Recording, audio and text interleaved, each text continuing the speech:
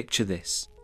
You wake before dawn, not to birdsong, but to silence so loud it squeezes your chest. The tower walls around you weep with cold. Damp stone presses against your back, and a blanket thinner than the lies told about you fails to ward off the chill. Outside, someone coughs. A man clears his throat. You smell straw, soaked in old blood and urine. You do not know whose. Beneath that, rose oil, still clinging faintly to your wrists from the night before. A priest murmured a final prayer over your bent head, his words melting into the haze of your thoughts. You remember your father's silence when he last saw you. You remember your daughter, only 3 years old, left to a future now poisoned by your fate. There is no screaming, not yet, only the heavy echo of boots approaching the scaffold. And you, Anne, once Queen of England, must rise to meet them, because what happens next will not be quick, and it will not be just. Before we journey into these forgotten tales of survival and suffering, if you enjoy uncovering the hidden truths of history, please consider liking this video and hitting that subscribe button for more content like this. And please comment below to let me know where you're listening from. I find it incredible that we're exploring these ancient stories together from different parts of the world, connected across time and space by our shared curiosity about the past. To understand this fully, we must first understand who Anne Boleyn was before the blade came down. She is not born to power, not in the way history often demands. Anne comes into the world in the year 1501 at Blickling Hall in Norfolk to a family of ambition rather than aristocracy. Her father, Thomas Boleyn, is a diplomat, intelligent, well-placed, and ruthlessly strategic. Her mother, Elizabeth Howard, comes from noble blood, but the Boleyn name is still clawing its way up the ladder. Anne is not raised in the shadow of power, but within reach of it. Her earliest years are marked by movement. She is sent abroad at a young age, first to the court of Margaret of Austria in the Netherlands, then to the glittering sophistication of the French court, where the air is thick with incense, wine, and political seduction. Here, she learns more than manners. She studies art, music, dance, language. She learns to survive in a world where women are ornaments or obstacles, and she refuses to be either. When Anne returns to England in her early 20s, she is unlike the other ladies of court. She dresses with French elegance, speaks with biting wit, and makes no effort to hide her intelligence. She does not flirt with submission, she makes herself seen, and King Henry VIII sees her. But Anne is not like her sister Mary, who became the king's mistress and bore him a child. Anne withholds. She teases, yes, but she sets conditions. She will not be his mistress. If he wants her, he must make her queen. And he does. Years pass. A king defies the Pope. England breaks from Rome. A wife, Catherine of Aragon, is cast aside. A church is torn apart, and Anne, for a moment, has everything. But even as Anne is crowned queen, the court begins to murmur. Anne is beautiful, but unconventionally so. She has olive skin, dark eyes, a long neck, a quick temper. Some say she is bewitching, some say she is a witch. Her failure to produce a living male heir is whispered about like a curse. Her daughter, Elizabeth, is born in 1533, but the disappointment is profound. A series of miscarriages follow. Henry grows colder, and then he looks elsewhere. Anne knows what it costs to be queen. She knows the eyes watching her, the enemies smiling to her face, the courtiers calculating her fall. But she also believes in her wit, her ability to maneuver, to survive. She does not yet know that survival has already slipped beyond her reach. What happened next would expose not just Anne's downfall, but the cold machinery of a system designed to destroy women who stepped out of place. The system does not come for you all at once. It inches forward, quiet at first, until it surrounds you. Anne is still queen in name, but the court has turned. Jane Seymour, pale and pliant, now occupies the king's gaze. She is everything Anne is not. Obedient, demure, untouched by scandal. Henry grows more absent, more cruel. Anne begins to hear her name twisted in the mouths of men who once bent the knee. Whispers slither through the corridors of Whitehall, through the privy chambers and the ladies' quarters. The old queen, Catherine, has died. A new queen is unnecessary. Anne has outlived her usefulness. The machinery of destruction begins to stir. Thomas Cromwell, once Anne's ally, becomes her architect of ruin. He is efficient, unsentimental, brilliant. Where Anne once played politics with passion and fire, Cromwell plays it with silence and law. His method is terrifying in its coldness. In April of 1536, he begins collecting names. Smeaton, Brereton, Norris, Weston, George Boleyn, Anne's brother. Men Anne has spoken to, danced with, argued with. They are now co-conspirators, alleged lovers. Mark Smeaton, a court musician of lower birth, is seized first. He is not given a choice, he is tortured. There is no rack in the Tower at the time, so they use pressure, tight bindings, psychological degradation, denial of sleep. He breaks. Under unbearable pain and isolation, he confesses to sleeping with the Queen. He never did. One by one, the others are named. All are arrested, all are questioned. None are allowed to see each other. The accusations multiply in impossible ways. Anne is said to have committed adultery with 5 men, including her brother.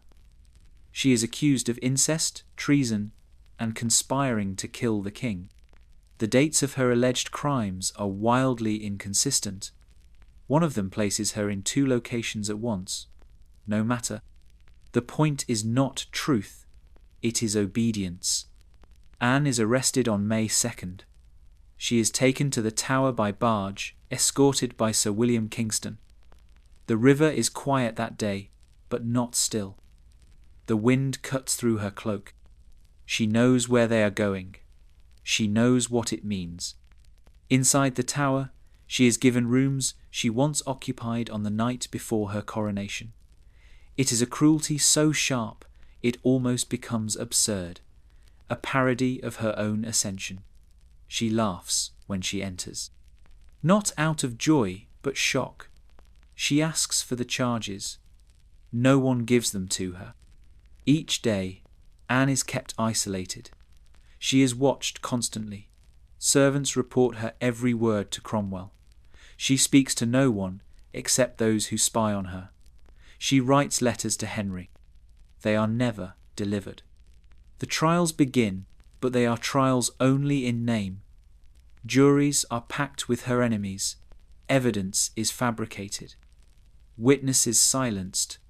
The 5 men are convicted and sentenced to death. When George is brought to trial, he is accused of sleeping with his own sister. The chamber laughs when the indictment is read aloud. George reads it again himself, out loud, stunned. But he is found guilty. Anne is tried next. She walks into the courtroom wearing a dark gown, her French hood tied tightly. She carries herself with composure, but her hands shake. The charges are read. She pleads not guilty. She speaks in her own defense, eloquently. She points out contradictions.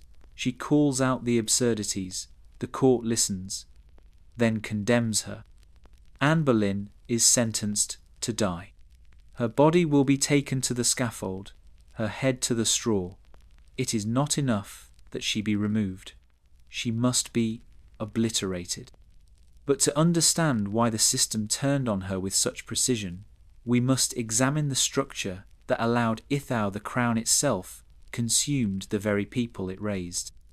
The system that destroys her is not just a courtroom or a monarch. It is a network of obedience, suspicion, and performance, a self-sustaining organism that rewards silence and punishes deviation. It has existed long before Anne, but she, daring to challenge its roles, makes herself a target so radiant that her elimination becomes necessary spectacle. Power in Henry's court is not stable, it is conditional. The king is not merely a man, he is God's chosen.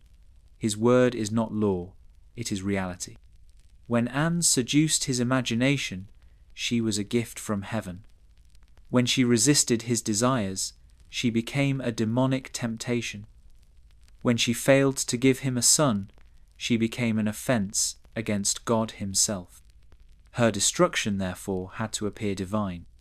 This is how the system sustains itself, not just with fear, but with narrative.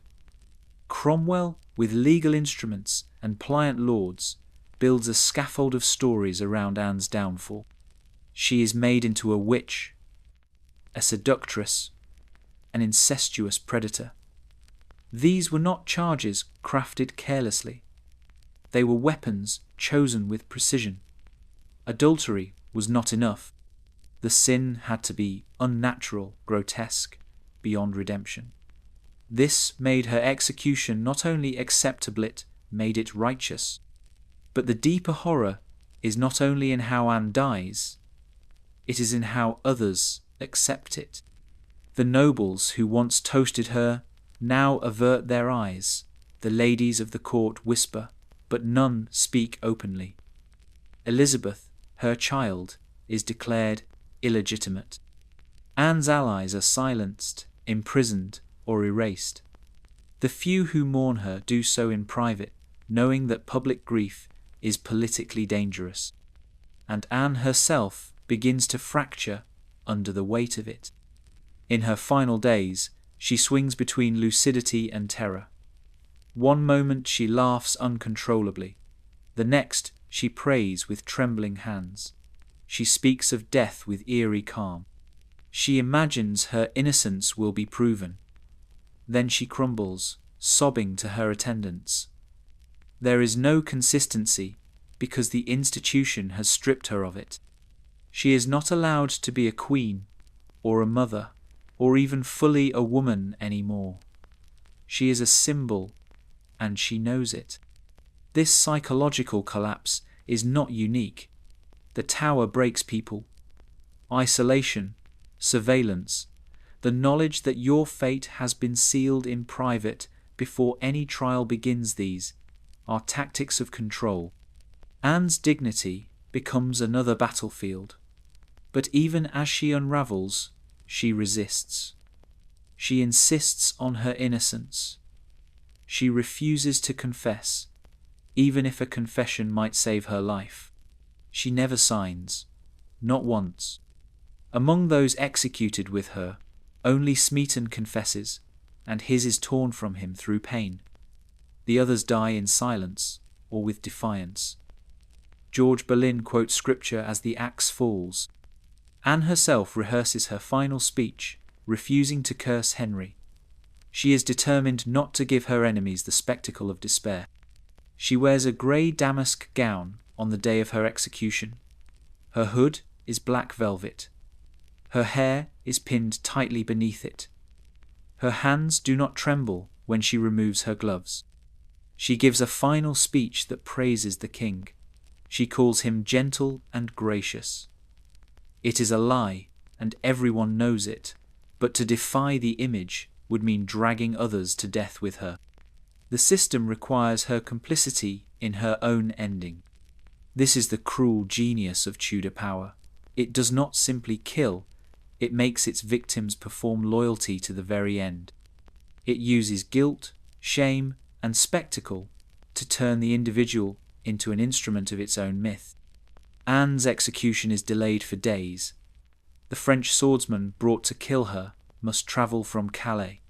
Meanwhile, she is left to wait, to imagine, to dream of mercy that never comes. Other women in history have endured torture of the body.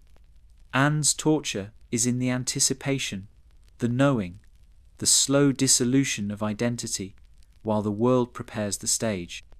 Her beheading is not the climax of her punishment. It is the conclusion of a process designed to destroy her long before her head falls.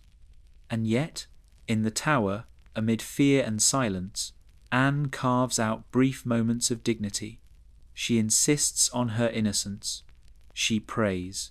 She sings. Her voice, thin from sleepless nights, still rises in the darkness. Others in her position have broken. She does not. What followed would not only end Anne's life, but redefine the legacy of queenship, female power, and survival in the shadow of monarchy. The wood smells of fresh sap, wet with dew, sticky to the touch. In the courtyard of the Tower of London, carpenters hammer before dawn. The clatter echoes through stone, startling birds from the rafters. The executioner arrives from France in secret. He is paid well. He is known for precision. Anne herself had asked for him. A sword, not an axe. She wanted it to be clean. It is May 19th, the year 1536. The sky is flat and colourless, a lid over the city. Anne dresses carefully. She does not eat. She wears a gown of grey damask trimmed in fur. Over it, a crimson kirtle. Her French hood frames her face tightly. Her eyes are wide and dark, but she does not cry. She steps lightly, like a woman walking toward an altar. Her ladies weep behind her. Anne walks ahead, her spine straight. The crowd gathered is smaller than expected. There is fear in the air. Everyone knows that what is about to happen is not justice. It is display. It is warning. Anne climbs the scaffold. The wood creaks beneath her. She moves with unnatural stillness. Not grace, not serenity. Something harder, something earned. She turns to the audience and speaks. She does not beg. She does not accuse. She praises the king. She says she dies his loyal wife. She prays for God to save his soul. It is a lie, and everyone knows it. But the ritual matters. The words must be spoken. The queen must die with dignity, so the king can live without shame. Anne kneels on the straw. She removes her necklace, her gloves. She does it herself. She arranges her skirts. She tucks her hair beneath her cap so that nothing will interfere with the blade. Her ladies bind her eyes. She does not resist. The swordsman waits. He calls to his assistant for his weapon, a distraction. Anne turns her head. In that moment, he swings. The blade cuts clean through flesh and bone. It happens so fast there is no scream, only a soft thud as her head falls into the straw. The silence that follows is suffocating. The ladies scream, then collapse to their knees. Blood seeps across the wood. A body still kneels for a moment before crumpling forward. Her lips are still red, her eyes still open. Anne Boleyn is 35 years old. The body is gathered by hand. The king has not prepared a coffin. A makeshift box is found. Her head is placed beside her torso. She is buried hastily in the chapel of St. Peter ad Vincula, beneath the stones. No marker is placed above her. By nightfall, Jane Seymour is being moved into the Queen's apartments. The implications are immediate. Anne's daughter, Elizabeth, is stripped of her title, declared illegitimate. She is not yet 3 years old. She will grow up in the shadow of her mother's execution, watched carefully, tolerated, but never fully accepted. She will never speak openly of Anne. But she will remember. The court moves on, but something has changed. A line has been crossed. Anne Boleyn was not an enemy of the state. She was not a traitor. She was an inconvenience, and for that she was erased. Yet she is never truly gone. Whispers linger. Some say the king never recovered, that he aged rapidly, that his conscience turned sour. Others say Anne's ghost walks the tower still, her head tucked beneath her arm, her footsteps silent in the moonlight. But her truest legacy is not ghostly. It is political. Elizabeth, the child declared bastard, will one day become queen. She will be more powerful than any monarch before her. She will rule without marriage, without heirs, without compromise. She will become legend, and she will wear her mother's intelligence like armor. As Anne's blood dried beneath the scaffold boards, the system that consumed her did not crumble. It strengthened. The machinery of Tudor rule had proven its supremacy not just over its enemies, but over intimacy itself. It reached into marriage, into the body, into the womb, and declared dominion over love, loyalty, and family. If the king could erase a queen, a wife, the mother of his child, then no one was safe. Not really, not ever. The public accepted it. The nobles accepted it. The church, now split from Rome, turned its gaze elsewhere. No rebellion followed Anne's death, no protest. Only silence and the tightening of control. Thomas Cromwell rose higher still. His system of obedience had worked flawlessly, until it didn't. Within 4 years, Cromwell too would be arrested, condemned, and beheaded. By the same king, the same court, the same structure. Because the system was never loyal to its architects, only to its own survival. Henry VIII would marry 4 more times. He would execute another wife, Catherine Howard, Anne's own cousin. He would die bloated and bitter, surrounded by sycophants and shadows. But what he left behind was more enduring than any marriage. He left behind a dynasty shaped by fear. And yet, from the ashes of Anne Boleyn's name, rose a monarch who would surpass them all. Elizabeth Tudor was her mother's daughter in every way that mattered. Brilliant, cold when she had to be, vicious in her strategy, but utterly alone in her power. She never married. She never named an heir. Her reign would come to define an age. But beneath the glitter of the Elizabethan court, beneath the poetry of Shakespeare and the triumph of naval victory, there was always a ghost. A woman in grey, headless, silent, watching. Anne Boleyn's death remains one of the most notorious state executions in British history, not because it was the bloodiest, but because it was so clearly a murder dressed in ceremony, a killing that required not only a sword, but a stage. And centuries later, we still see it. We see systems that demand women be desirable, but punish them when they wield power. We see institutions that elevate individuals only to devour them once they challenge their place. We see how the appearance of justice can become a weapon more destructive than violence itself. Anne Boleyn was never allowed to outlive the story written for her, but she cracked it. Her refusal to confess, her choice of words at the scaffold, her legacy through her daughter, these were acts of defiance in a world where obedience meant survival. She did not survive, but she was never silent, and neither should we be, because behind every forgotten queen, every buried voice, every silenced name, there is a truth the system was afraid to let live. Anne Boleyn died so that power could protect itself. We remember her so that it cannot do so unchallenged again.